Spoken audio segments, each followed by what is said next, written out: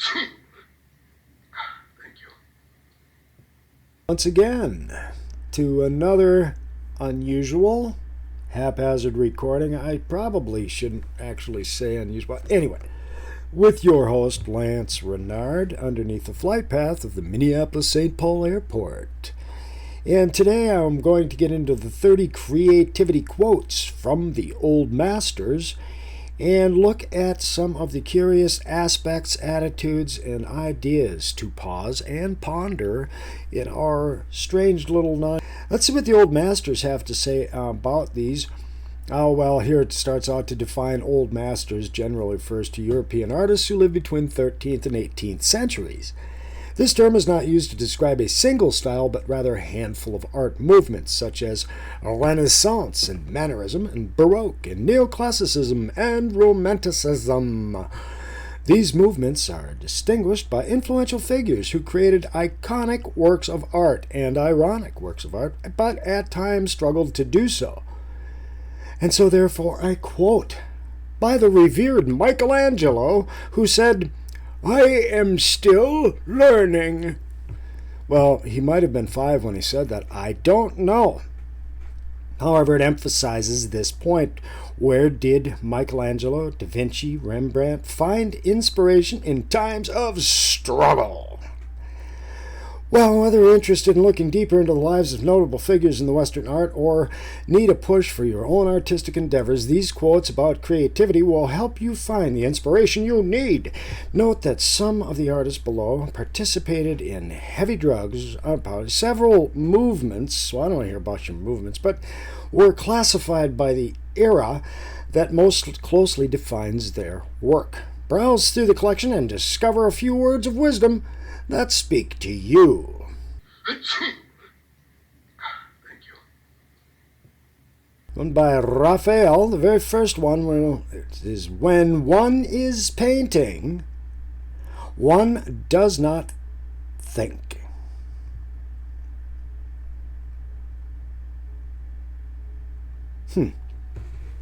All right, well, that's actually applicable to when I'm speaking. If I start thinking about what I'm talking about, getting into all the little particular details, rather than just actually saying what I intend to say, it kind of gets in the way of my creativity. I get basically writer's block by thinking it out, even when you're shooting pool. And very often when something becomes second nature, like even playing the piano, when you start to overthink it, you start to tend to, your thinking gets in the way. And so I'm wondering if that's what this whole thing is here, but let's see what it says. I'm excited. The Renaissance marks a period of transition in the Middle Ages into modern history Europe. Between the 14th and 17th centuries, artists focused on depicting the world as realistically as possible while encompassing balance and harmony. Society evolved, which was reflected through increased individuality, political stability, and economic growth. Art patrons like the Medici family and the Medici family, there's 4 ways to say that word, supported artists in Florence, the epicenter of the Italian Renaissance. Now here we have several quotes, and each one has a different author. For instance, this one is one of the Teenage Mutant Ninja Turtles. But what is beauty? I know not, though it adheres to many things. By Aldrich Dürer. A good partner needs only 3 colors: black, white, and red. And that was Titian. Thank you.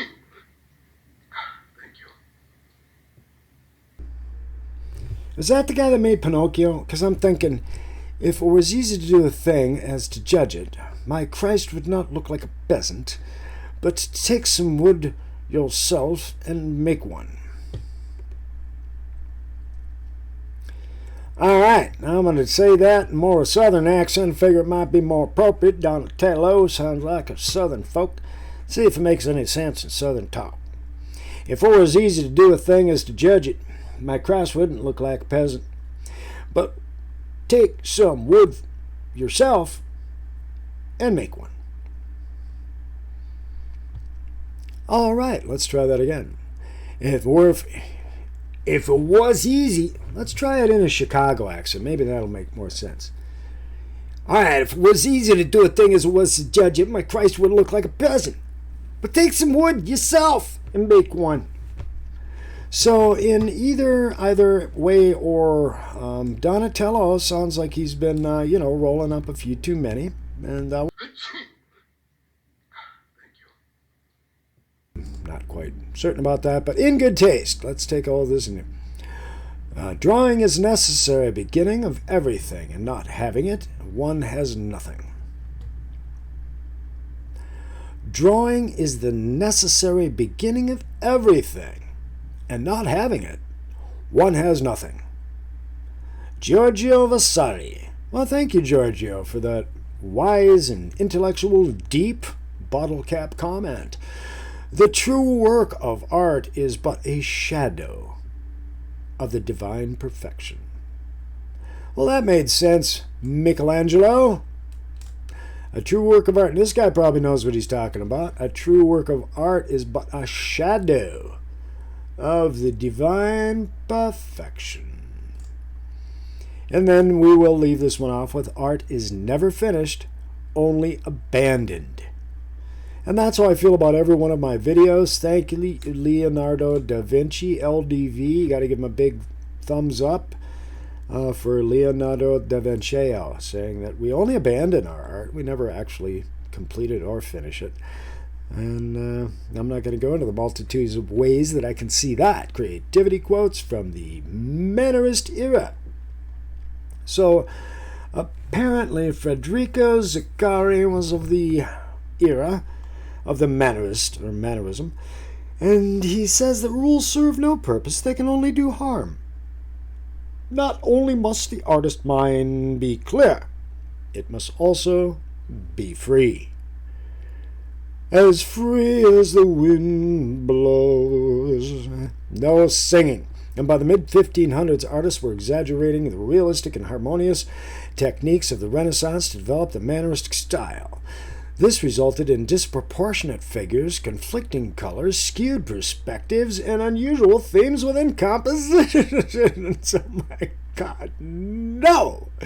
El Greco, Parmigiano, and Buonaventura Cellini are classified as Mannerist artists. Fantastic. Thank you so much. And here are a few quotes. One is, I paint because the spirits whisper madly inside my head. And that was by Dominicus Theotokopoulos, as known as El Greco. Is El Greco, man. Love that guy. He's on all those commercials, isn't he? But no, that's a gecko. All right. Oh, but a man's reach must exceed his grasp. Oh, what's a heaven for? Of course, if you could reach it all, what would heaven be all about then? Even, Andrea del Sarto. Well, thank you, Andrea. You'll never be forgotten. Well, maybe not. All works of nature, created by God in heaven and on earth, are works of sculpture. Well, I can't argue with that, Buonaventura Cellini. Benvenuto. Benvenuto. Benvenuto, welcome. That's Benvenuto. Cellini.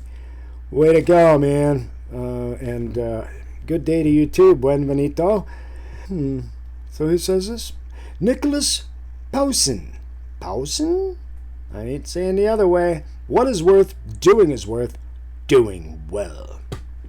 What is worth doing is worth doing well. So it really makes a big difference in how they are put together.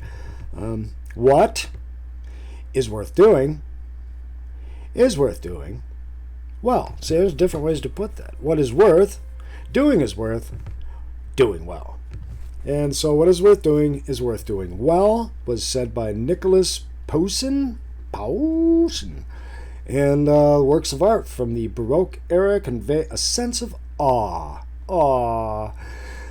This style captures the drama and contrast that has flourished throughout the Italian and French during the early 17th century.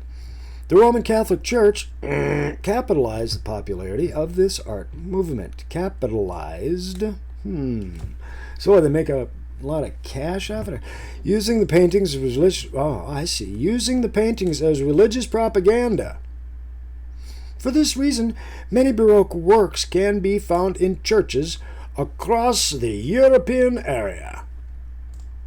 Fantastic. That is just wonderful. And it was all worth doing well, because it was apparently worth doing. Excellent. In the Catholic churches. I'm heading there right now. See you later.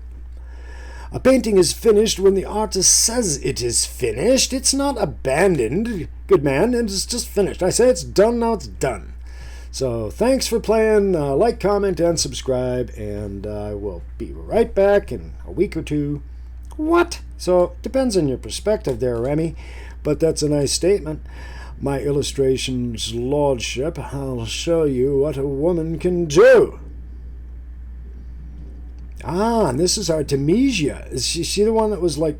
Well, I probably didn't show that one. But she has a history, I'll tell you that. Well, a few Artemisias do, so I'm not sure if that's her last name or not, because this is Gentileschi. Gentileschi? She was a Gentile, I don't know. So anyway, drawing is the skeleton of what you do, and color is its flesh. Another one by Nick. Good old Nicky. He's the one that said about doing well and everything. Good job, Nicholas. I agree with you. Drawing is a skeleton, and if you don't color it, you just got this skeleton there. Oh, nice, nice. White is poison to a picture. Oh my God, really, Pete? Is that what you... What? It's poison? Use it only in highlights, says Peter Rubens. Well, Peter Paul and Mary, maybe, but then... Is that where they... No, probably not. But Peter Rubens is a tongue twister. At any rate, poets paint with words, painters speak with works.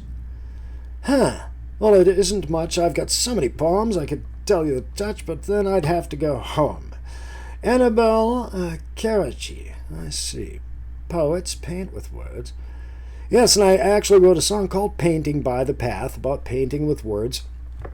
I have tried to convey that poem several times, and it has been given great compliment, but I don't like to expose myself in public on a regular basis. Creativity quotes of the neoclassic era.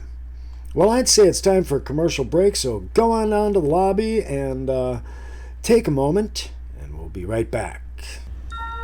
Space, the final frontier. These are the voyages of the starship Fantasize. Its 5-year mission to finish a 3-hour tour. A 3-hour tour. Hello and welcome back once again to another exciting neoclassic era. Quotes by Joshua Reynolds and many others in an exciting, in good taste, impromptu recording by Lance Renard. A 3-hour tour. A room hung with pictures is a room hung with thoughts. Oh, I see. Oh, never mind. Thoughts. So I was going with thoughts. And, yeah, right. So a room hung with pictures is a room hung from the house, sort of thing. Thinking this. Why? Neoclassicism involved decorative and visual art, and was inspired directly by the classical art and culture of the ancient Greece and Rome. Now, let's pay attention here, folks. The uncovering of Pompeii and Athens contributed to this style of enriching the knowledge of the ancient art forms. Neoclassical artists like French painter Jacques-Louis David preferred a clear form and style featuring carefully controlled brushstrokes. Thank you, Jacques-Louis David. And all right, let's get on to Joshua Reynolds' quote. A mere copier of nature can never produce anything great. Says you, Josh. Yeah. Oh, yeah, it's a mere copy. And we have our opinion. Thumbs up, thumbs down for these guys. It's cool. But don't do it to me. Don't blame the messenger.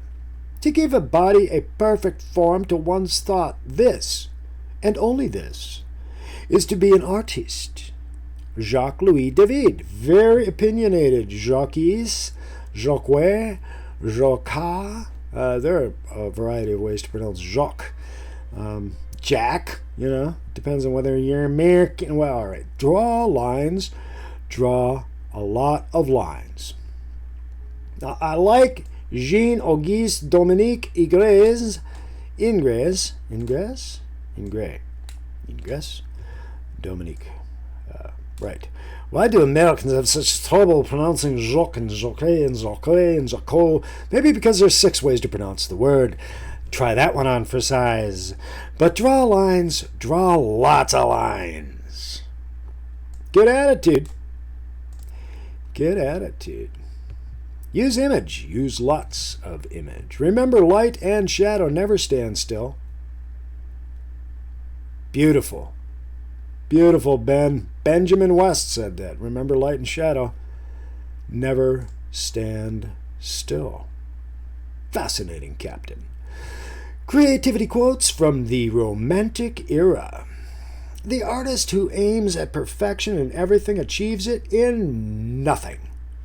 Eugene Delacroix. Way to go, Eugene. What do they call him? Gene. Or DC. Or ED. Ed. Eugene Delacroix. Well, I ain't going to look it up. All right, I'll look it up. Let's see what's going on here. Eugene Delacroix. All right, well. With an emphasis on passion and individualism, the Romantic era emphasized the beauty and power in nature.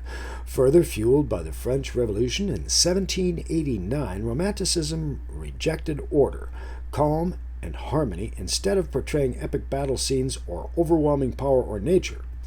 Painters of this era tended to play with light and shadows, a technique developed during the Renaissance called chiaroscuro.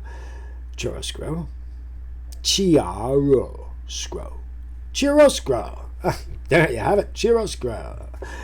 Borrow a few words from the famous Romanticism like Eugene Delacroix, Jean Constable, and more below me.